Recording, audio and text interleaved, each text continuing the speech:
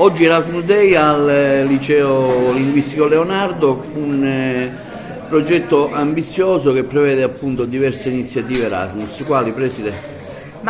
Oggi approfittiamo dell'Erasmus Day per celebrare innanzitutto il tema della sostenibilità ambientale e dei cambiamenti climatici che caratterizza il nostro curricolo di studio, e lo vogliamo affermare anche in chiave europea, approfittando delle provvidenze che il programma Erasmus dà ai nostri giovani, ma anche a tutta la comunità scolastica, per le opportunità di apprendimento permanente che comporta. Il programma Erasmus è un programma che nasce per promuovere l'istruzione, per promuovere i giovani, per promuovere lo sport e la formazione a vario titolo, ma soprattutto per promuoverli attraverso iniziative di mobilità all'estero e di partenariati con paesi esteri che vanno ad implementare quelle competenze e quelle soft skills che i nostri ragazzi acquisiscono non solo in ambito linguistico ma anche trasversalmente, da poter applicare in tutti i contesti in cui poi si andranno a trovare nella vita, nel lavoro e anche nello studio. Gli obiettivi principali dell'Erasmus? Gli obiettivi principali dell'Erasmus sono innanzitutto promuovere la coesione, la cittadinanza europea,